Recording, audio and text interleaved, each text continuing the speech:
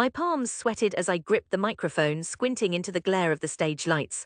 Behind me, the pitch deck shuffled its slides, my teal-blue logo, sketched in a cafe on a sleepless night, now stretched enormous on the wall. Obra Mayer automates compliance for property managers, I said, willing my voice not to crack. No more overdue permits, no late fines, one dashboard. Excuse me, an older investor on the panel, suit crisp to the point of parody, raised his hand. You really think anyone will pay for this? Sao Paulo drowns in startups, what makes you different? People chuckled, my mouth dried, I watched my slides roll onwards silently. Property compliance costs are rising, I managed. Managers, thousands. Another judge, younger, barely hiding a smirk, leaned forward. Got any traction? Paying clients. Yes, I said, though it was half a lie. One shaky pilot in Boru, one barely alive. We're in talks. He gave a smile I knew too well, a cousin's regret that you haven't made it yet. Thanks, KO, that's time. The lights faded, my shoes scraped the carpet loud in the new silence as I hurried off stage. In the green room, two other founders laughed bright high on recent applause.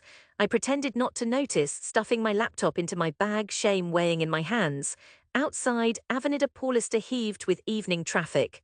I leaned on a scaffolding pylon, the city's diesel and drizzle masking my nerves. My phone pinged, a text from Tia Renan in the family chat. Did you win? I said, son, sales matter, not ideas. My thumb hovered. Throwing the phone seemed briefly reasonable, but I couldn't risk the bill. Instead, I pressed the toes of my shoes into the wet sidewalk, replied, not this time, but we keep going. The words already tasted tired in my mouth. 2 hours later, my mother called. Philho, you've barely eaten. Don't forget the car tax. I pictured her in our cramped Campo Limpo kitchen, hands smoothing her apron. I know me, I just can't talk right now. A pause. I imagined her uncertain. You tried hard. If you want, your father could use help with deliveries. Steady work, my father, his battered Fiorino van. My chest ached as I promised, I'll be okay. That night, the pitch video made the rounds on LinkedIn. Comments came like acid rain. Yawn, another compliance SaaS guy looks like a caught fish. My finger scrolled and scrolled past cynicism until the words blurred. I sat at my window watching Paulistas in different cars slide by. As a kid, I'd scrambled over these sidewalks, imagining the city begging for me to change it. Now I felt it mocked me back. Monday. The stairs up to our office, the living room of a friend's flat above a graffitied bakery, seemed unforgiving. Joe, my only engineer, hunched over his laptop, silent. He pushed a mug at me. I tried for a smile. They said no, I admitted. Again, he whispered. We said little else, rained staccato on the glass. Any news from Boru? His face tightened. They switched to spreadsheets. He didn't look up. I wanted to throw something. Instead, my anger ran to exhaustion. Words failed, so I just sat by him, listening to the rain hit each tiny puddle on the windowsill. Sunday dinner was its own kind of pain, my plate barely touched. My cousins crowed about new jobs, sales, QA at some meatpacking software, paychecks, dates, health plans. I sipped Garanar, eyeing the wall, family photos, prizes, my math medal just dust now. T. Renan brandished his fork. If your app worked, someone would have bought it. Tiago has delivery software clients and that kid can't code. My cousin Tiago grinned at me, need a spot on my team. People laughed. I showed my teeth, not my real smile. Tia Teresa piped up, does it even work? Haven't seen you at church lately. My mother flinched, he works so hard. It sounded apologetic. I took a breath, it's rough. They're right. Lately I'd lain awake most nights, wondering if I was just stubborn or simply not made for this. The world wired for others, shades dulling as I tried to touch it. After dessert, I fled to the veranda, pressed my forehead to the chill rail. Music thumped somewhere, cars grinding by. At 8, I'd fantasized about world-changing inventions. Now I just wanted out of sight. Summer pressed in, the city gluey even before breakfast. I strung together contract gigs, fixing bugs, patching up other people's code. Joe admitted defeat, moving home for a real paycheck. Sorry, man. Mom says I can't freeload. Silence filled the apartment. Sunbeams cut dust into gold rectangles. On weekends, I wandered the jardins, watching faster, shinier startups order brunch. Sometimes I'd nearly call old college friends, then put my phone away. I scribbled diagrams that made less sense each week, but I couldn't stop. Night after night, I gorged on research, Dutch PropTech, Singapore rules, emailing every property manager whose address I found. Few bothered to reply. One night, insomnia keeping me upright, I saw a LinkedIn post from a manager at Retiro Tech, a mid-tier housing group. If anyone can fix Sao Paulo's licensing mess, I'll buy them a beer, I messaged, barely believing. 4 days passed then, show me 2 weeks, no promises. His brief reply, but to me a breath of air, no Joe, no money. For 3 nights I coded till my hands shook, patching Figma prototypes, botching the backend, taping a dashboard together hour by hour. By Sunday, bleary-eyed, I hit send. He liked it, actually liked it. We met in a strip mall cafe, blinking at each other across paper cups. He offered a pilot, unpaid, 4 buildings, 2 weeks. Fix our pain, maybe we talk. I said yes, and walking home realized hope had snuck back in. The pilot was rough, broken locks, missed emails, janitors texting me screenshots at 2 a.m.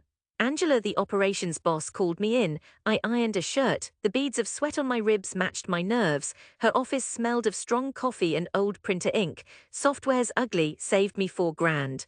Fix the rest or you're out, no more, no less. That night, walking to my parents, I found my dad loading crates outside. He saw my face and wordless tossed me an apple. We sat together on the stoop. City lights flickered below. You don't need to be the best, KO, he said, not looking up, but you don't quit. I nodded, promising. I worked, I asked for help. Found Mariana, a junior developer, and Felipe, a QA from college. We took cheap space behind a silent supermarket. Each bug was a mini disaster, every new user a test, but slowly the dashboard steadied, people stopped cancelling. Our first real contract landed 8 months in, a few thousand, just enough to pay someone. Angela referred us on and I bought my new team pasties. That night I called my mom, real client me. That's wonderful, she said. I could almost feel her smile and the flicker of old disbelief. Uncles and cousins said nothing or nodded and moved on, still stuck on safer topics, promotions, weddings. I let them. I finally had something of my own, stubborn growth I nurtured without their blessing. Year 2, Sao Paulo baked, storms whipped floods down the avenues. We moved offices twice, the door stuck both times. Sometimes we lost Wi-Fi mid-demo. I wrote help docs overnight, never sure anyone would read them, but Obra Mayer started showing up, managers passed us along. We snagged a tiny contract with a logistics building, then another. I stopped prowling buses in dread of seeing old classmates. Instead, I biked to meetings, the city's pulse running beneath my wheels. If not triumph, I felt at least the right struggle. Soon there were 3 of us, then 4. The logo, redesigned at 2 AM by Mariana, looked real. The dashboard actually worked. Our customers paid their bills. I quietly set up a cleaning lady for my parents, a gesture I never explained. Family still kept a distance. My father greeted my news with a grin, never questions. Uncle only asked, still at the software. My mother's texts remained, eating enough. Come by Sunday.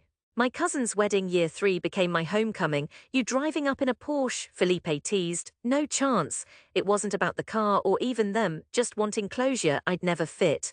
Now I wanted to prove I'd survived. The wedding hall blazed with light, crowded with cousins, now managers, aunts older but still sharp. I wore my best chance suit, heads turned, not cold but reserved. The brief hush, the prodigal returned, not knowing if I'd brag or beg. I waited at the drinks table, enduring the questioning. So what's your job again? An aunt asked. I run a software company. Building compliance, condos, offices. A blink, polite and blank. Across the hall, Tiago boasted, we just raised seed funding for our delivery startup. He soaked up every nod. My uncle edged over, still at that hobby. Maybe get a steady salary soon. Beneath my collar, my skin burned. We have big clients, you might recognize the name, Obra Mayer. He shrugged, doesn't ring a bell, one day maybe. The conversation drifted. They sized me up with every question, each one chipping at my armor, till I realized I didn't care. Halfway through, calamity struck, the band's sound system died. Chaos at the DJ booth, the event manager frazzled, fumbling with her phone on our dashboard. I recognized it instantly. I stepped up, need a hand. She nodded, desperate. I logged in, saw the flag, fixed the blocked settings, and in 5 minutes the music rushed back. The band cheered. The manager, weak with relief, thanked me. I caught her telling the venue owner he's from Obra Mayer. The system has saved us so many fines.